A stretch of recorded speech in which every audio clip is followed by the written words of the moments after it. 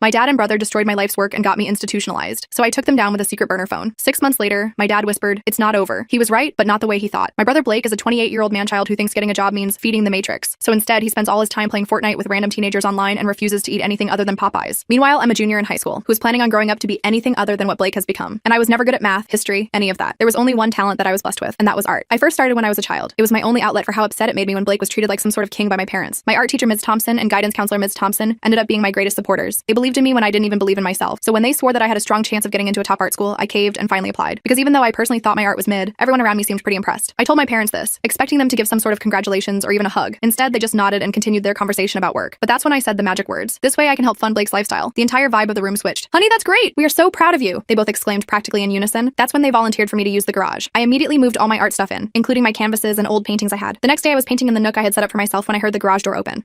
What the actual F? I just bought this motorcycle, so you're gonna have to take your little arts and crafts elsewhere. He tried to make his voice assertive, but I stopped taking him seriously a long time ago. So I sighed and told him that my art could make a lot of money, meaning he could keep avoiding the Matrix. Luckily, this worked almost instantly, and he walked away with his shoulders slouched in defeat. Until last weekend, when my next battle popped up. I was painting in the garage when my dad called and asked if I could buy the family groceries. Well, it was more like a demand, since he was shouting at the top of his lungs. I knew there was no point arguing, so I abandoned my painting and left. I must have driven around to 4 different Aldis looking for the specific meat he asked me to get, because I knew if I came home with anything other than what he asked for, he'd let my brother wail on me. So 3 hours later, when I finally got home and unpacked everything, I went back to my painting. But when I glanced over to my nook in the top left corner, it was empty. And in its place was the sorry excuse for a motorbike that Blake was crushing on. I pinched the bridge of my nose and tried to grab my paintings, consoling myself with the thought of relocating to my friend's house, but they were ruined. He had shoved them all to the floor face down, and the rainwater from our parents' car had absolutely soaked them through. I felt a rage crawl up my spine. Those pieces took a collective of over 200 hours. They were my bread and butter, and my key to get into art school. I thought about telling him off, about telling my parents, but then reality hit me. They wouldn't care. They never did. Suddenly everything went silent, and I felt like I was the smallest person to ever exist. I cried so much my throat felt raw, and my eyes swelled to double their size. "Mom," I said when I went inside. My voice was quiet, completely defeated. Blake destroyed all my art stuff. I expected her to just shrug her shoulders, but no. "What?" she asked angrily. I didn't have time to say anything else because she stormed up to Blake's room and flung the door open. I obviously sat nearby to listen. "What the actual F were you thinking? That girl is our way out of the financial hole." For a while, there was silence. My entire body tensed up. That's when I heard it. The sound of a heavy book being flung across the room. "How dare you talk to me about that ugly betch and her little dreams to make me feel bad? Get the F out." The door slammed, and outside I could hear my mom silently sobbing into her flannel. My heart broke. That's when I finally realized my mom was just as scared of the angry men in our house as me. The next day at school, I went straight to the guidance counselor. But this time it wasn't to talk about my art. It was to betray my entire family. I showed her the cuts all over my body and finally confessed they were from Blake and my dad. I told her about what happened last night. The paintings, my mom, everything laid out on the table. Her face went ghost white. "You can't go home tonight," she said, voice shaking. "What about my mom? Our priority has to be you, my love, but your mom will be safe soon." I nodded while wiping my tears with an old tissue. That night, I was placed into emergency foster care. I was told that the next morning CPS would be raiding my house. But when they did, my mom denied anything ever happened, told them I was losing it. They played the part so well that CPS believed them without even talking to me first. And that's how I spent the next 6 months in a mental institution. 6 months of being medicated for problems I didn't have. The pills made my head foggy, my thoughts slow and disjointed. The white walls of my room seemed to close in on me each night. 6 months of therapy sessions where I was told I was projecting and creating false narratives. The therapist would sit across from me, his expression sympathetic but disbelieving, as I tried again and again to tell the truth. 6 months of watching my future slip away while Blake continued his consequence-free existence. I imagined him in my garage, lounging beside his precious moped, laughing at how easily he'd gotten rid of me. The thought made me sick. The only thing that kept me sane was a burner phone that my foster mom smuggled to me during her weekly visits. She came every Tuesday, bringing homemade cookies that the staff had to inspect before I could have them. "Record everything," she whispered during one visit, pressing the small phone into my hand beneath the table. "Every threat, every admission, it's the only way they'll believe you." So I did. I recorded the night nurse admitting she didn't think I belonged there. "Between you and me," she said one night while checking my vitals, "I've seen kids who need to be here. You're not one of them." I recorded my therapist's frustration when he couldn't find any actual signs of delusion. "Your cognitive tests are normal," he muttered, flipping through my file. "No history of psychosis or thought disorders." And when I was finally released, not because they believed me, but because insurance stopped paying, I had a plan. The burner phone felt heavy in my pocket, filled with evidence of the truth. The spring air felt almost shocking after months of recycled institution air, the colors of the outside world almost painfully vibrant. Ms. Thompson, my art teacher, lived in a small bungalow about 20 minutes from school. I'd never been there before, but Ms. Thompson, my guidance counselor, had given me the address, along with a bus schedule and enough money for the fare. The yard was overgrown with wildflowers instead of grass, and wind chimes hung from every available hook on the porch. Their gentle tinkling welcomed me as I approached, my heart pounding with uncertainty. It looked nothing like the pristine, suffocating house I'd just escaped. No perfectly manicured lawn, no gleaming surfaces hiding ugliness beneath. This place wore its character openly, unapologetically. "It's not much," he said, unlocking the front door, "but the spare room is yours for as long as you need it." The inside was cluttered but cozy, books stacked on every surface, art on every wall, plants thriving in the sunlight that streamed through large windows. I stood frozen on his doorstep, clutching my hastily packed bag. The reality of what I'd just done hit me all at once. I'd left, actually left, the institution, my family, the life I'd known. "Is this legal?" I asked, my voice barely audible. The last thing I wanted was to bring trouble to someone who was trying to help me. Mr. Finch's expression softened. "Ms. Moss is handling the paperwork as we speak. You're 17, which gives us some flexibility. And with the evidence we have, plus the school's protection order." He trailed off, then smiled reassuringly. "Let's just say you won't be going back there unless you choose to." The spare room was small but bright, with a twin bed covered in a patchwork quilt and a desk by the window. Sunlight danced across the hardwood floor, creating patterns that shifted with the swaying tree branches outside. No locks on the door, no shouting through the walls, no Blake. "Bathroom's down the hall," Mr. Finch said. "I'll be in the kitchen making dinner. Come out when you're ready." His footsteps retreated, leaving me alone in the peaceful quiet. Once alone, I sat on the edge of the bed, running my hands over the quilt. The fabric was soft and worn, speaking of years of use and care. It felt surreal. This quiet room, this safe space. I pulled out the burner phone and stared at it. For the first time in months, I didn't need to record anything. The realization brought tears to my eyes. I unpacked my meager belongings, a few clothes, my toothbrush, and a sketchbook my mom had slipped into my bag when I was released. The gesture had surprised me, a small act of rebellion or perhaps apology. When I opened it, a folded note fell out. The paper was thin and creased, as if it had been folded and unfolded many times before being placed in the sketchbook. I'm sorry I couldn't protect you, or myself. Be better than me. No signature, no, I love you. Just an acknowledgement of failure and a burden of expectation. The handwriting was shaky, revealing her state of mind as she wrote it. I folded it carefully and tucked it back into the sketchbook, unsure how to feel about this small, inadequate gesture. Dinner was homemade pasta with vegetables I couldn't name but tasted better than anything I'd eaten in months. The sauce was rich and flavorful, nothing like the bland institution food or the takeout that dominated our family meals. Mr. Finch didn't press me to talk, just mentioned that Ms. Thompson, my guidance counselor, would be stopping by tomorrow with Ms. Moss to discuss next steps. You should know, he said as he cleared our plates, the ceramic clinking softly against the sink. Your art school applications are still active. I made some calls. His casual tone belied the significance of his words. I nearly dropped my water glass. But my portfolio, all my paintings were destroyed. The memory of the ruined canvases flashed in my mind, the hours of work dissolved into nothing. We'll figure something out, he said simply, as if rebuilding my entire future from scratch was just another Tuesday for him. His confidence was both reassuring and overwhelming. That night, I slept without fear for the first time in years. The bed was comfortable, the room quiet except for the occasional car passing outside. No orderlies checking on me throughout the night, no Blake stomping around the house at all hours, just peace. Ms. Art Thompson arrived the next morning with Ms. Moss, a woman in her 50s with silver-streaked hair pulled into a practical bun. She wore no makeup and carried a battered leather briefcase that looked like it had seen more courtrooms than I'd had hot meals. Her handshake was firm, her gaze direct and assessing. I've reviewed your evidence, she said without preamble, setting her briefcase on Mr. Finch's kitchen table. The wood was scarred with years of use, coffee rings and paint splatters telling the story of a life well lived. It's compelling, the audio recordings especially. What happens now? I asked, my fingers nervously tracing the grain of the wooden table. The future stretched before me, uncertain and frightening despite my newfound freedom. Now we file for emergency emancipation, she replied, pulling out a stack of forms. The papers looked intimidating, full of legal jargon and blank spaces waiting for my story. With the school's protection order already in place, we have a foundation. The recordings provide evidence of an unsafe home environment. Mr. Finch has agreed to serve as your temporary guardian until the hearing. My hands trembled as I signed where she indicated. Each signature felt like another step away from that house, from Blake, from my parents' expectations. The pen felt heavy in my hand, the responsibility of my own life suddenly very real. What about my mom? I asked quietly. She gave me the key to leave when I was released. She helped me escape. The memory of her pressing the house key into my palm, her eyes darting nervously toward my father's study, was still vivid. Ms. Moss's expression remained neutral. One act of assistance doesn't erase years of enabling abuse, but it does suggest she might be reaching her own breaking point. We can include that in our filing. Her tone was matter of fact, neither condemning nor excusing my mother's actions. As they discussed legal strategies, my phone buzzed with a text from an unknown number. The vibration against the table made me jump. My heart sank when I read it. Where the hell are you? Dad's losing it. Come home now or things get worse for everyone. Blake. The familiar mixture of fear and anger rose in my throat. I showed the message to Ms. Moss. Don't respond, she advised. In fact, let me see that phone. She took a photo of the message, then helped me block the number. Document, but don't engage. That's our strategy. Her efficiency was reassuring, a reminder that I wasn't facing this alone anymore. Later that afternoon, Mr. Finch drove me to school to collect assignments I'd missed. The campus seemed different somehow, both familiar and strange after my time away. The hallways were empty, classes long finished for the day. The smell of floor cleaner and old books brought back memories of a life that seemed distant now. As we walked toward the art room, I spotted Madeline coming out of the library. Her bright red hair was unmistakable even from a distance. Hey, she called, jogging over. I've been looking everywhere for you. Her face was flushed, eyes wide with concern. What's wrong? I asked, noting her worried expression. Madeline wasn't one to overreact, which made her obvious distress all the more alarming. Your brother was here, she said, glancing nervously at Mr. Finch. He was asking everyone where you were, saying there was a family emergency. When no one knew, he started using your Instagram account to message people. Her words sent a chill down my spine. My stomach dropped. What? The idea of Blake invading my online space, pretending to be me, made me feel violated all over again. She pulled out her phone and showed me a direct message from my account. Hey, I'm in serious trouble and need help. Can you tell me where Mr. Finch lives? It's an emergency. The message was timestamped just an hour ago. I didn't respond, Madeline said. It seemed weird. Then I saw him using a school computer in the library, logged into your accounts. Her voice dropped to a whisper. He looked really angry. Mr. Finch's expression darkened. Let's go to the principal's office. Now, his normally gentle voice had an edge I'd never heard before. Principal Winters was still there, surprisingly, catching up on paperwork. Her office smelled of coffee and the faint scent of her perfume. Her eyebrows shot up when Mr. Finch explained the situation. This is a serious privacy violation, she said, reaching for her phone, and potentially identity theft. I'll need to report this to our IT department immediately. Can you check which computer was used? Mr. Finch asked. The fluorescent lights cast harsh shadows across his concerned face. 20 minutes later, we had confirmation. Blake had used a library computer to access my social media accounts. The IT specialist showed us the login records, pointing to the timestamp that matched Madeline's story. The IP address matched, and the school's security cameras had caught him entering the building, claiming to be picking me up. We'll add this to the file, Ms. Moss said when we called her. The phone speaker made her voice sound tinny, but no less determined. It demonstrates a pattern of controlling behavior and invasion of privacy. Don't post anything on your real accounts for now. In fact, we should probably have them temporarily suspended. That night, I created a new email address and sent messages to the art schools I'd applied to, explaining my situation and asking about portfolio alternatives. My fingers hovered over the keyboard for a long time before I began typing, trying to find the right words to explain how my work had been destroyed. It felt like throwing bottles into the ocean, hopeful messages that might never find their recipients. 3 days passed in relative calm. I attended school, stayed late in the library, and returned to Mr. Finch's house each evening. The routine was comforting, a stark contrast to the chaos I'd left behind. Ms. Moss filed the emancipation paperwork and secured a hearing date for the following month. The legal wheels were turning, slowly but surely. I started a new painting in Mr. Finch's garage, which he'd cleared out for me to use as a studio space. Unlike my parents' garage, this one was clean and well lit, with proper ventilation and a small space heater to ward off the spring chill. The blank canvas before me was both intimidating and exhilarating. A fresh start. Then my dad showed up at school. I was in English class when the office aide came to get me. We were discussing The Great Gatsby, the teacher's voice a soothing background to my thoughts about color symbolism in the novel. Your father's here to pick you up. Something about a doctor's appointment? The aide's innocent announcement shattered my sense of security. My blood ran cold. I don't have an appointment. My voice sounded strange to my own ears, tight with fear. The other students glanced at me curiously. The aide looked confused. He's in the office with Principal Winters right now. She shifted uncomfortably, sensing something was wrong but not understanding what. I texted Mr. Finch, 9/11, Dad at school trying to take me. My hands shook so badly I had to type the message twice. The classroom suddenly felt like a trap, the door a potential entrance for the very person I was hiding from. His response was immediate. Stay in in class. Don't go to office. Ms. T on her way. The quick reply was reassuring, proof that I wasn't alone anymore. 5 minutes later, Ms. Thompson appeared at the classroom door, her face composed but her eyes alert. I need to borrow this student for a counseling session, she told my English teacher smoothly. The lie rolled off her tongue effortlessly, her professional demeanor giving no hint of the urgency behind her request. Instead of going to her office, she led me to a back entrance near the gym. The hallway smelled of floor wax and sweat, the sounds of a PE class echoing from behind closed doors. Mr. Finch is pulling up now. Get in his car and go straight to Ms. Moss's office. I'll handle your father. Her voice was calm but firm, a lifeline in my rising panic. What's he going to do? I asked, suddenly terrified for her. My father's temper was legendary, his ability to intimidate honed over years of practice. His worst, she said grimly, which isn't much against a protection order and a school full of witnesses. Go. She squeezed my shoulder once before turning back toward the main office. Mr. Finch was waiting in his ancient Volvo, engine running. The car smelled of coffee and old books, comfortingly familiar. I dove into the passenger seat, and we pulled away just as I spotted my dad storming out of the main entrance, his face contorted with rage. The sight of him made my heart race, but the growing distance between us helped me breathe again. He can't just take me, can he? I asked, watching the school disappear behind us. The streets passed in a blur as Mr. Finch drove quickly but carefully toward downtown. Not anymore, Mr. Finch said firmly. The protection order specifically prevents him from removing you from school premises without prior written authorization, which he doesn't have. His knuckles were white on the steering wheel, the only sign of his inner tension. Ms. Moss was waiting for us at her office, a converted Victorian house downtown. The building was painted a soft gray with white trim, looking more like a home than a law office. She ushered us into a conference room where, to my surprise, a police officer was waiting. The room smelled of coffee and paper, with large windows letting in the afternoon light. This is Officer Reese, she introduced us. He's here to take your statement about the social media impersonation and your father's attempt to remove you from school today. Officer Reese was younger than I expected, with kind eyes that contrasted with his serious expression. I spent the next hour recounting everything. Blake's text, the Instagram messages, my dad showing up unannounced. The words poured out of me, easier now with practice. Officer Reese took detailed notes, occasionally asking for clarification. His pen scratched against the notepad, the sound oddly comforting in the quiet room. We'll be increasing patrols near both the school and Mr. Finch's residence, he said when I finished, and I strongly recommend you get a temporary restraining order. His tone was professional but gentle, recognizing the gravity of the situation without adding to my fear. More paperwork, more signatures, more legal language that boiled down to, stay away from me. The pen felt heavy in my hand as I signed document after document, each one a brick in the wall I was building between myself and my family. When we finally left Ms. Moss's office, it was nearly dark. The streetlights had come on, casting pools of yellow light on the sidewalk. Mr. Finch suggested picking up takeout, neither of us having the energy to cook. We decided on Thai food from a small restaurant near his house, the smell of spices filling the car as we drove home. As we pulled into his driveway, balancing bags of Thai food, I noticed something was wrong. The front door was slightly ajar, a sliver of darkness visible where there should have been only closed wood. Mr. Finch immediately put his arm out, stopping me from going further. The food bags crinkled as he set them on the hood of the car. Stay in the car, lock the doors. His voice was low and urgent. He pulled out his phone and stepped away to call the police. I sat rigid in the passenger seat, watching the dark house. The porch light was on, illuminating the wind chimes that now hung motionless in the still evening air. Had Blake found out where I was staying? Or was it my dad? The thought made my stomach clench with fear. I locked the doors as instructed, then sank down in the seat, making myself as small as possible, an old habit from years of trying to avoid notice. The police arrived within minutes, sweeping through the house with flashlights and drawn weapons. Their voices carried across the yard, professional and terse as they cleared each room. When they emerged, their expressions were grim. Officer Reese approached the car, motioning for me to roll down the window. Someone broke in, Officer Reese confirmed, approaching the car. Ransacked the place pretty thoroughly, focusing on the spare bedroom. Nothing appears to be stolen, but his hesitation made my heart race. But what? I asked, my voice barely a whisper. The night air felt cold against my face as I waited for his answer. There's some damage you should see. His expression was sympathetic but direct, preparing me for something unpleasant. The spare room, my room, had been torn apart. Clothes ripped from hangers, the mattress slashed open, drawers emptied onto the floor. The destruction was methodical, personal, but what made my knees buckle was the desk by the window. My new sketchbook had been shredded, the pages scattered and soaked with what smelled like beer. The liquid had seeped into the wood of the desk, leaving dark stains that would never completely fade. On the wall above, written in what looked like permanent marker, traitor. The black letters were large and jagged, taking up most of the wall. The sight of that word, that accusation, made me feel sick, as if I had betrayed them by trying to escape, by seeking safety. We'll dust for prints, Officer Reese said, but if they were careful, he didn't need to finish the sentence. We both knew who had done this. I knelt to pick up a fragment of my sketchbook, a corner of a drawing I'd started of Mr. Finch's garden. The paper was soggy, the lines blurred beyond recognition. It was Blake, I said with certainty. This is his handwriting. I recognized the distinctive way he formed his letters, the same handwriting I'd seen on notes left on my door, on threats slipped under my pillow. We couldn't stay there that night. Mr. Finch called Ms. Thompson, who immediately offered her guest room. As we drove across town, I felt hollow, scraped out from the inside. The familiar feeling of violation settled over me like a heavy blanket, suffocating and inescapable. I'm so sorry, Mr. Finch said, his knuckles white on the steering wheel. I should have considered security measures. His voice was thick with guilt and anger. It's not your fault, I said automatically, though part of me wanted to scream that nowhere was safe, that Blake would always find me, that this would never end. The words stuck in my throat, unsaid, but felt deeply. Ms. Thompson lived in a modern apartment complex with security gates and cameras in the hallways. The building was well lit, with a doorman who checked our IDs before allowing us up. Her spare room had a futon instead of a bed, but she'd made it up with fresh sheets and a fluffy comforter. The room smelled of lavender and clean linen, a stark contrast to the beer-soaked destruction we'd left behind. Just for tonight, she assured us. We'll figure out something more permanent tomorrow. She squeezed my shoulder gently before leaving me to settle in. I lay awake for hours, staring at the unfamiliar ceiling. Every creak made me flinch. Every shadow seemed to move. The word traitor floated before my eyes whenever I closed them, accusing and threatening. When I finally fell asleep, I dreamed of Blake standing over me, marker in hand, writing traitor on my forehead while I couldn't move. I woke gasping, the sheets tangled around my legs like restraints. The next morning, Ms. Moss arrived with grim news. She sat at Ms. Thompson's kitchen table, her briefcase open before her. The morning light made the silver in her hair shine, highlighting the tired lines around her eyes. Your father has filed a counter complaint claiming Mr. Finch has inappropriate influence over you and that you're mentally unstable. That's ridiculous, Mr. Finch sputtered. His coffee mug clattered against the table as he set it down too hard. I've done nothing but try to help this student escape an abusive situation. His indignation was palpable, his normally calm demeanor cracking under the strain. I know, Ms. Moss said calmly, but we need to be strategic. These accusations, combined with your recent hospitalization, could complicate the emancipation hearing. She spread several documents on the table, pointing to highlighted sections that detailed my father's claims. So what do we do? I asked, feeling that familiar hollowness spreading through my chest. The taste of defeat was bitter in my mouth, a flavor I knew too well. We accelerate our timeline. The break-in at Mr. Finch's house actually works in our favor. It demonstrates the lengths your family will go to maintain regain control. I'm filing for an emergency hearing this afternoon. Her determination was reassuring, a counterpoint to my growing despair. While Mrs. Moss made calls, Ms. Thompson helped me gather what remained of my belongings from Mr. Finch's house, now a crime scene. Yellow police tape crossed the front door, a stark reminder of the previous night's violation. The police had collected my torn sketchbook as evidence, which felt like losing my art all over again. Each page had represented a small piece of my new beginning, now destroyed just like my original portfolio. You'll make new art, Mrs. Thompson said gently, seeing my expression as we drove away. The street looked different in daylight, ordinary and peaceful, betraying no sign of the previous night's events. Better art even, from a place of freedom rather than fear. Her words were meant to comfort, but the loss still ached. The emergency hearing was scheduled for the following morning. Ms. Moss prepared me with possible questions, scenarios, and strategies. We sat in her office until late evening, going over every detail. The judge will likely speak to you privately, she explained. Be honest but composed. Don't let anger or fear overwhelm you. That night I barely slept, rehearsing answers in my head. What if they didn't believe me? What if I had to go back? What if Blake was waiting? The questions circled endlessly, keeping me awake until dawn began to lighten the sky outside Ms. Thompson's guest room window. The courthouse was intimidating, all marble and echoes and people rushing importantly from room to room. My footsteps seemed too loud on the polished floor, my breathing too quick in the cavernous space. Ms. Moss led me to a small conference room where we waited for our case to be called. Mr. Finch and Ms. Thompson sat with us, providing silent support. Their presence was comforting, a reminder that I wasn't facing this alone. When the bailiff finally called my name, my legs felt like water. The sound echoed through the waiting area, making several heads turn. Mr. Moss squeezed my hand once before we entered the courtroom. The gesture was brief but reassuring, a small anchor in the storm. My parents were already there, sitting with a lawyer I didn't recognize. My dad wore a suit I'd never seen before, his hair neatly combed, looking nothing like the man who had threatened me in the car. This was his public face, the one he showed to the world while hiding his true nature behind closed doors. My mom sat beside him, eyes downcast, hands folded in her lap. She looked smaller somehow, diminished. Blake was nowhere to be seen. Judge Ava Wong was a small woman with sharp eyes and a no-nonsense expression. Her black robe seemed to absorb the light around her, making her presence even more commanding. She reviewed the file in front of her, occasionally glancing up at me, then at my parents. The only sound in the courtroom was the soft rustle of papers and the distant ticking of a clock. This is an unusual case, she began. Her voice was clear and authoritative, filling the courtroom without seeming loud. I have evidence of potential abuse, countered by claims of mental instability. I have school protection orders and police reports of a break-in, and I have a minor seeking emancipation while the parents claim undue influence from school staff. She closed the file with a decisive movement. I'd like to speak with the minor privately. Her chambers were less intimidating than the courtroom. Bookshelves, a desk, comfortable chairs, family photos sat on her desk, showing a smiling woman with children of various ages. She gestured for me to sit in a leather chair across from her. The leather was soft and worn, molding to my shape as I sat rigidly, hands clasped in my lap. I want you to tell me, in your own words, why you believe emancipation is in your best interest, she said. Her tone was gentler here, away from the formality of the courtroom, but still direct. So I did. I told her about Blake's years of abuse, my father's enabling, my mother's fear. I described the constant walking on eggshells, the unpredictable explosions of violence, the systematic destruction of anything I cared about. I told her about the destroyed paintings, the mental institution, the burner phone recordings. My voice grew stronger as I spoke, the words flowing more easily now that I had practiced telling my story. I told her about Mr. Finch and Ms. Thompson believing in me when no one else did, about how they saw potential in me beyond being Blake's support system or my parents' retirement plan. And I told her about the break-in, about seeing my new beginning shredded just like the old one. The word traitor seemed to hang in the air between us, unspoken but present. All I want, I finished, my voice steady despite the tears on my cheeks, is a chance to finish high school somewhere safe, to apply to art school, to have a future that isn't defined by fear. The words felt like a prayer, a hope I barely dared to hold. Judge Wong studied me for a long moment. Her gaze was assessing but not unkind, looking for truth in my expression. Do you have any of these recordings with you? She asked finally. I pulled out the burner phone and played one of the clearest ones. Blake screaming at our mother, threatening to burn the house down, calling me names that made Judge Wong's eyebrows rise. His voice filled the small room, the rage in it palpable even through the phone's tiny speaker. When it finished, she nodded once. Thank you for your candor. Let's return to the courtroom. She stood straightening her robe with a practiced movement. Back in the courtroom, Judge Wong addressed all parties. The room felt tense, the air heavy with anticipation. I've reviewed the evidence and spoken with the minor. Based on the documentation provided, including audio recordings that substantiate claims of a threatening home environment, I'm granting temporary emancipation pending a full hearing next month. My dad half rose from his seat, his face flushing with anger, but his lawyer pulled him back down. The movement was subtle but telling. Even here, in a courtroom, his first instinct was confrontation. Additionally, Judge Wong continued, her voice cutting through the murmurs that had begun, I am extending the school's protection order to include a temporary restraining order against both the father and the adult brother Blake. They are to remain at least 500 feet from the minor at all times and have no contact, direct or indirect. She turned to my mother. Mrs. Thompson, while you are not named in the restraining order, I strongly suggest you consider your role in this situation. Enabling abuse is a form of abuse itself. The rebuke was gentle but firm, a challenge my mother seemed unable to meet as she nodded once, still not looking up. As for living arrangements, Judge Wong continued, given the recent break-in at Mr. Finch's residence and the accusations leveled against him, I am ordering temporary placement in a supervised independent living program for minors. This will provide both safety and neutrality until the final hearing. It wasn't perfect. I'd be living in a group home rather than with Mr. Finch, but it was freedom. Real, court-ordered freedom. The relief was so intense it made me dizzy, a weight lifting that I hadn't fully acknowledged until it was gone. As we left the courtroom, my father brushed past me, whispering, this isn't over. His breath was hot against my ear, his cologne overwhelming, but for the first time, his words didn't terrify me. They just made me sad. Sad for the father he could have been, for the family we could have had. The independent living program was called New Horizons. It was a converted apartment building where each resident had their own small studio with a bathroom and shared kitchen and living spaces on each floor. The building was older but well-maintained, with large windows and secure entrances. Most residents were older teens who had aged out of foster care or, like me, were in legal limbo. My unit was sparse but clean. A twin bed, a desk, a dresser, and a small bathroom. The walls were painted a neutral beige, waiting to be personalized. The window overlooked a community garden where residents could grow vegetables and flowers. Raised beds contained early spring plantings, lettuce, peas, and herbs just beginning to sprout. It wasn't home, but it wasn't a cage either. My floor coordinator, Dennis, was a former social worker with kind eyes and a no bullcrap attitude. He was in his 40s with salt and pepper hair and a quiet confidence that immediately put me at ease. Rules are simple, he explained as he showed me around. The hallways smelled of cleaning products and faintly of someone's cooking. Curfew at 10 p.m. on weeknights, midnight on weekends. No substances, no alcohol, no overnight guests. You cook your own meals, do your own laundry, keep your space clean. We have group meetings on Sundays and individual check-ins twice a week. Questions? I shook my head, clutching the small bag of belongings I'd managed to salvage. Everything I owned now fit in a single backpack, a stark reminder of how much I'd left behind. Good. Oh, and there's an art room in the basement. Nothing fancy, but there's space to work if you need it. He mentioned it casually, not knowing how those words made my heart leap. I nearly hugged him. The art room was better than nothing fancy. cozy. It had decent lighting, tables, easels, and basic supplies donated by local arts organizations. The smell of paint and clay filled the space, familiar and comforting. It wasn't my ruined studio space in the garage, but it was something, a place to start over. That evening, I met some of the other residents in the communal kitchen. The space was large and functional, with multiple cooking stations and a long table where people could eat together. Harper was 18, with blue hair and more piercings than I could count, aging out of foster care and saving for community college. She was making stir fry, the smell of garlic and ginger filling the kitchen. Russell was 17 like me, tall and quiet, removed from his home after his father went to prison. He nodded a greeting but didn't say much, focused on the pasta he was boiling. Maria was 19, already taking classes at the local university while living at New Horizons until her dorm opened up in the fall. She sat at the table with textbooks spread around her, highlighting passages as she studied. They didn't ask why I was there, and I didn't volunteer the information. There was an unspoken understanding among all of us. We were there because somewhere else had failed us, but we were also there because we were survivors, finding our way forward despite those failures. The next day, I returned to school. Mr. Finch had arranged for a New Horizons staff member to drive me, ensuring I wouldn't have to take the bus where Blake might find me. The morning was bright and clear, the school building looking somehow different now that I was returning to it from freedom rather than captivity. The whispers followed me through the hallways. Rumors about my disappearance, my father showing up, the police at school. Students glanced at me curiously as I passed, their conversations pausing momentarily. I kept my head down and focused on catching up on missed assignments. The normalcy of schoolwork was comforting, a reminder that some parts of life continued regardless of personal drama. At lunch, Madeline sat beside me, sliding over an extra chocolate milk. The cafeteria was noisy as always, the smell of institutional food bringing back memories of the hospital. But Madeline's presence was grounding, a connection to my life before everything fell apart. "You okay?" she asked simply. No prying questions, no demands for gossip, just genuine concern. I nodded, grateful for her straightforward concern. Getting there. The chocolate milk was cold and sweet, a small pleasure in a complicated day. Good, because we have that chemistry test tomorrow and I am not prepared to fail it alone. Her joke made me smile, a reminder that normal teenage problems still existed alongside my extraordinary ones. I laughed, surprising myself with the sound. It felt rusty, unfamiliar, but good, like stretching a muscle that hadn't been used in too long. After school, I headed to the art room. The familiar space welcomed me, the smell of paint and clay a comfort after a day of navigating curious stares and whispered questions. Mr. Finch was waiting with a large flat package wrapped in brown paper. It sat on his desk, mysterious and promising. "What's this?" I asked. The paper crinkled under my fingers as I touched it hesitantly. "Open it," he said, smiling. His eyes were bright with anticipation, his usual calm demeanor giving way to excitement. Inside was a brand new portfolio case filled with heavyweight paper, professional grade pencils, pastels, and a set of watercolors that cost more than I'd ever been able to afford. The supplies were arranged neatly, waiting to be used. I ran my fingers over them reverently, feeling the quality and potential in each item. "The art department pooled some resources," he explained, "and Ms. Thompson may have mentioned your situation to the PTA Arts Committee." His casual tone belied the significance of the gift. Not just supplies, but belief in my future. I ran my fingers over the supplies, speechless. The smooth surface of the watercolor paper, the perfect weight of the pencils, the rich pigments of the pastels, all tools to rebuild what had been taken from me. "Your portfolio for art school," he continued. "We can't get back what was destroyed, but we can help you create something new, better even." His confidence was infectious, making me believe that perhaps this was possible after all. For the next 3 weeks, I fell into a routine. School, art room, New Horizons. The days passed in a blur of normalcy that felt almost surreal after the chaos that had preceded it. Weekends in the basement art room, working on new pieces for my portfolio. The act of creation was healing, each stroke of the brush or pencil reclaiming a piece of myself that Blake had tried to destroy. Ms. Moss prepared me for the final emancipation hearing. We met regularly in her office, going over possible questions and scenarios. Officer Reese checked in regularly, confirming that Blake and my father were respecting the restraining order. His presence was reassuring, a reminder that the system was for once working in my favor. My mother texted once from a number I didn't recognize. "Are you safe?" Just 3 words, but they contained so many unasked questions, so many unspoken apologies. I replied simply, yes. She didn't text again. I wondered if she was relieved or disappointed by my brief response, if she had hoped for forgiveness I wasn't ready to give. The night before the final hearing, I couldn't sleep. I paced my small room, imagining all the ways tomorrow could go wrong. What if my parents convinced the judge I was unstable? What if Blake showed up despite the restraining order? The questions circled endlessly, wearing paths in my mind like I was wearing in the carpet. Around midnight, I gave up on sleep and went down to the art room. The building was quiet, most residents already asleep. My footsteps echoed in the stairwell as I descended to the basement. Painting always calmed me, gave me a sense of control when everything else felt chaotic. I was working on a new piece, a self-portrait of sorts, though not literal. It showed a figure emerging from darkness into light, surrounded by broken chains. The symbolism wasn't subtle, but it felt honest. Ms. Thompson would probably call it heavy-handed symbolism, but it felt right. The brush moved almost of its own accord, my hands knowing what to create even as my mind raced with tomorrow's possibilities. I was so absorbed in my work that I didn't hear the basement door open. Didn't notice anyone else in the room until a voice behind me said, "Still wasting time on that crap, huh?" The familiar voice froze my blood, stopping my heart for a hit before it raced into overdrive. Blake. I whirled around, paintbrush clutched in my hand like a weapon. He stood in the doorway, swaying slightly, eyes bloodshot, hammered or high or both. His clothes were rumpled, his hair unwashed. He looked nothing like the confident bully who had terrorized me for years. Instead, he seemed diminished, desperate. "How did you find me?" I managed to ask, my voice steadier than I felt. The paintbrush dripped blue onto the floor, a spreading stain that matched the fear spreading through me. He laughed, a harsh sound that echoed in the empty room. "Followed that art teacher of yours. Figured he'd lead me to you eventually." He took a step forward, his movements uncoordinated. "You've really screwed things up, you know that? Dad lost his job because of your lies. Mom barely talks, and I'm supposed to move out by the end of the month." His voice rose with each accusation, bouncing off the concrete walls. "That's not my fault," I said, edging toward the supply cabinet where I knew there was a phone to call the front desk. My heart pounded so loudly I was sure he could hear it. "You all made your choices." The words came out stronger than I expected, fueled by months of therapy and support. "Choices?" He spat. "You're the one who chose to betray your family, to make up stories, to ruin everything." He lunged forward, grabbing my arm. His fingers dug into my skin, a familiar pain that triggered old fears. I reacted instinctively, throwing the jar of turpentine I'd been using to clean my brushes. It shattered at his feet, the strong-smelling liquid splashing his jeans and pooling on the floor. The sharp smell filled the room, acrid and dangerous. Blake froze, looking down at the spreading puddle, then back at me. His eyes narrowed, a calculation happening behind them that made my skin crawl. "You know how flammable that stuff is?" he asked, pulling a lighter from his pocket. The metal glinted in the fluorescent light, threatening and cold. My heart hammered against my ribs. "Blake, don't. There are other people in this building. Innocent people." The thought of Harper, Russell, Maria, and all the others sleeping upstairs made my fear sharper, more urgent. "Should have thought of that before you destroyed our family," he said, flicking the lighter. The small flame danced in the darkness between us, reflecting in his eyes and casting grotesque shadows on his face. I grabbed the nearest fire extinguisher from the wall. The metal was cool and heavy in my hands, solid and reassuring. "One more step and I'll use this," I warned. "Not to hurt you, but to get the police involved. Arson attempt, violation of restraining order, breaking and entering." Interesting. How many years is that, Blake? The legal terms Ms. Moss had taught me flowed easily now, weapons in their own right. He hesitated, the lighter still burning in his hand. The flame wavered slightly, mirroring his uncertainty. And I've been recording this whole conversation, I lied, nodding toward my phone on the table behind me. Just like I recorded everything else. Every threat, every time you hurt me. It's all documented. Blake's face contorted with rage, but I saw something else there too. Fear. For the first time in our lives, he was afraid of me, of what I could do to him. The realization was startling, a shift in power I hadn't expected. You're bluffing, he said, but his voice wavered. His confidence was cracking, the facade of control slipping. Try me, I challenged, my finger on the extinguisher's trigger. I've got nothing left to lose. Can you say the same? The words were calm, almost conversational, belying the terror coursing through me. For a long moment, we stood frozen in a standoff, the only sound our ragged breathing and the hum of the fluorescent lights. The turpentine fumes made my eyes water, adding to the surreal quality of the moment. Then Blake took a step back, closing the lighter with a decisive click. This isn't over, he muttered, echoing our father's words from the courthouse. The threat sounded hollow now, a script he was following rather than a promise he could keep. Yes, it is, I said firmly. It's been over since the day you destroyed my paintings. You just didn't know it yet. The truth of those words settled over me, a revelation and a release. He backed toward the door, still glaring at me. You'll regret this. All of it. His voice was bitter, the words familiar but powerless. The only thing I regret, I said, is not leaving sooner. The admission was as much for myself as for him, an acknowledgement of the time I'd lost to fear. When he was gone, I collapsed onto a stool, shaking uncontrollably. The adrenaline that had sustained me drained away, leaving me weak and trembling. I called the front desk, then Officer Reese. By the time the police arrived, Blake was long gone, but the turpentine on the floor and the security cameras in the hallway provided enough evidence to issue an arrest warrant for violating the restraining order. I didn't sleep at all that night. Dennis stayed with me in the common room, making sure I wasn't alone, while police officers patrolled outside the building. The night stretched endlessly, each sound making me jump, each shadow seeming to hide a threat. Ms. Moss arranged for an emergency hearing first thing in the morning, before our scheduled emancipation hearing. The courthouse seemed even more imposing in the early morning light, the marble columns casting long shadows across the entrance. Judge Wong listened gravely as Officer Reese described the incident, showing security footage of Blake entering the building and later fleeing. Her expression darkened as she watched the video, her mouth set in a firm line. This is a serious violation, she said, turning to my parents and their lawyer. They looked smaller today, less confident than at the previous hearing. Where is Blake Thompson now? My father shifted uncomfortably. We haven't seen him since last night. He didn't come home. His admission seemed to cost him, an acknowledgement that he couldn't control his son any more than he could control me. Judge Wong's expression hardened. I'm issuing a bench warrant for his arrest, and I'm extending the restraining order to include all members of the Thompson household, including you, Mrs. Thompson. The decision was swift and final, brooking no argument. My mother flinched but remained silent. Her eyes were red-rimmed, her hands twisting nervously in her lap. I wondered if she was afraid to go home, if Blake's rage had turned on her in my absence. As for the emancipation hearing, Judge Wong continued, given these developments, I see no reason to delay my decision. The evidence clearly shows that returning to the Thompson household would place this minor at significant risk. I am granting full emancipation, effective immediately. She turned to me. You are now legally recognized as independent from your parents. This means you can make your own legal, medical, and financial decisions. It also means you are responsible for supporting yourself, though I understand arrangements have been made for you to remain at New Horizons until graduation. Her tone softened slightly, acknowledging the weight of responsibility she was placing on my shoulders. I nodded, still processing her words. Independent, free. The concepts were both exhilarating and terrifying, a future wide open before me. As we left the courtroom, my father brushed past me, whispering, "This isn't over." His breath was hot against my ear, his cologne overwhelming. But for the first time, his words didn't terrify me. They just made me sad. Sad for the father he could have been, for the family we could have had. 3 days later, Mr. Finch brought news that changed everything. The State Arts Council is hosting a competition, he said, spreading a flyer on the table. The paper was bright blue, covered in images of previous winners' work. The grand prize is a full scholarship to the Midwest Arts Institute. One of the judges is an alum from the school you applied to. I stared at the flyer, hardly daring to hope. The deadline seemed impossibly close. The competition surely fierce. When's the deadline? I asked, trying to keep my voice steady. 2 weeks, he said. Just enough time to finish something spectacular. His confidence in me was unwavering, a foundation I could build on. I knew immediately what I would submit, not the self-portrait. That was too personal, too raw. Instead, I would create something from the ruins of what Blake had destroyed. The idea came fully formed, a vision of transformation that matched my own journey. I asked Dennis to drive me to my parents' house during school hours, when I knew they'd be gone. The restraining order prevented them from approaching me, not the other way around. Though Ms. Moss had strongly advised against this visit, the neighborhood looked the same. Neat lawns, identical houses, an appearance of normalcy that hid so many secrets. I'll wait in the car, Dennis said as we pulled up to the curb. 15 minutes, then I'm coming in after you. His concern was touching, a reminder that I had people looking out for me now. The house was silent, exactly as I remembered, yet somehow smaller. The familiar smell, a mixture of my mother's perfume, my father's cigarettes, and the lemon cleaner she used obsessively, hit me as I entered, bringing back memories I'd tried to suppress. I went straight to the garage, half expecting to find it empty. Instead, my ruined canvases were still there, stacked against the wall where I'd left them months ago. They were even more damaged now, mold growing on some of the water-stained surfaces. I gathered as many as I could carry, not bothering to be quiet or careful. These broken pieces were mine, the only things from this house that had ever truly belonged to me. Back at New Horizons, I spread the damaged canvases on the floor of the art room. Water stains, tears, footprints, each mark told the story of that day, of Blake's cruelty and my despair. But looking at them now, I saw something else too, possibility. For the next 2 weeks, I worked obsessively, cutting the canvases into fragments, arranging and rearranging them into a new whole. I added fresh paint where needed, incorporated the stains and damage where it served the composition. The process was cathartic, a physical manifestation of what I was doing with my life, taking broken pieces and creating something new and beautiful. Mr. Finch brought supplies, offered suggestions, reminded me to eat and sleep. His guidance was gentle but firm, helping me refine my vision without taking it over. The other residents at New Horizons stopped by to watch, offering encouragement and sometimes helping with the more physical aspects of the work. The final piece was massive, a collage of destruction transformed into creation. From a distance, it showed a figure in flight, soaring above a landscape of chaos. Up close, you could see the damage, the tears, the stains, all integrated into the whole, necessary parts of the story rather than flaws to be hidden. I titled it, Silence Doesn't Mean Gone, a reminder to myself as much as a statement to the world. The day of the competition, Mr. Finch and Ms. Thompson helped me transport the unwieldy piece to the Arts Council building downtown. The building was modern and imposing, all glass and steel, filled with light. Other students milled around with their entries, paintings, sculptures, digital art, but none quite like mine. The diversity of work was inspiring, a reminder of how many ways there were to express oneself. As the judges made their rounds, one woman lingered in front of my piece longer than the others. She had silver hair cut in a sharp bob and wore all black, her only color a bright red scarf that seemed to float around her as she moved. She asked about my process, my inspiration, my plans for the future. Her questions were incisive, forcing me to articulate ideas I'd only felt intuitively. I answered honestly, without mentioning Blake or my parents or the court hearings. This wasn't about them anymore. It was about transformation. destruction, about finding beauty in damage, about refusing to be defined by destruction. The woman nodded as I spoke, her eyes never leaving the piece. The announcement came 3 hours later. I stood in the crowd, Mr. Finch and Ms. Thompson on either side of me, holding my breath as the head judge approached the microphone. The room fell silent, the tension palpable as everyone waited to hear the results. The grand prize, a full scholarship to the Midwest Arts Institute, goes to Silence Doesn't Mean Gone by I didn't hear my name over the roaring in my ears, didn't feel my feet moving toward the stage, didn't register the applause or the certificate being pressed into my hands. All I could think was, I did it. I really did it. Afterward, the judge with the red scarf found me again. I'm an alumna of the Institute, she said, handing me her card. The paper was thick and cream-colored, her name embossed in simple black letters. And I sit on their admissions committee. We'd be honored to have you join us this fall. Her words were a promise, a future opening before me that I had never dared to imagine. That night, as I packed up my winning piece for transport back to New Horizons, my phone buzzed with a message from a private number. My heart raced until I opened it. He's gone. Blake moved out. I just wanted you to know. Be safe. My mother. No apology, no explanation, just information she thought I needed. I stared at the message for a long time, wondering if I should respond. What could I say? Thank you for finally letting him go. Why didn't you protect me? I miss you despite everything. In the end, I simply blocked the number. Some silences were choices, not impositions. Ms. Thompson drove me back to New Horizons, chatting excitedly about the scholarship, the institute, all the possibilities ahead. The night was clear, stars visible despite the city lights. As we pulled into the parking lot, she turned to me with a serious expression. You know, what happened today, winning that scholarship, that wasn't justice for what your family did to you. Her words were gentle but direct, acknowledging a truth I had been feeling but couldn't articulate. I nodded, surprised by her directness. The scholarship was a victory, but it didn't erase the pain or hold my abusers accountable. Justice would be Blake facing consequences for his actions. Your parents acknowledging their failures, the system actually protecting you when you needed it. She sighed, her breath fogging the window slightly. But sometimes life doesn't give us justice. Sometimes it just gives us a way forward. Is that enough? I asked quietly. The question had been haunting me. Was moving on without resolution, without acknowledgement, really healing? Or just another form of silence? She smiled, a little sad but also proud. That's for you to decide. But from where I'm sitting, you've already done the hardest part. You've refused to let them define your future. Her words settled over me, a truth I needed to hear. As I climbed the stairs to my small room at New Horizons, I thought about her words, about justice versus moving forward, about silence versus speaking out. The hallway was quiet, most residents already in their rooms for the night. My footsteps echoed slightly on the linoleum, a solitary sound in the peaceful building. The truth was, justice hadn't come in a grand moment of vindication. It had come in quiet decisions. The decision to tell my guidance counselor, to record Blake's threats, to leave when my mother gave me the key, to transform destruction into art. Each small act of courage had been its own form of justice, a reclaiming of power that had been taken from me. And maybe the final justice was this. I was free, and they were still trapped. Blake in his anger, my father in his control, my mother in her fear. While I had a scholarship, a future, a life that belonged only to me, the realization wasn't triumphant or vengeful, just a quiet truth that brought its own form of peace. I unpacked my sketchbook, a new one, untouched by Blake's destruction, and began to draw, not the past, not the pain, but the dorm room waiting for me at the institute, the studio spaces I'd seen in their brochure, the life I was building, canvas by canvas, choice by choice. Justice wasn't a grand event. It was the quiet decision to never go back, and that was enough.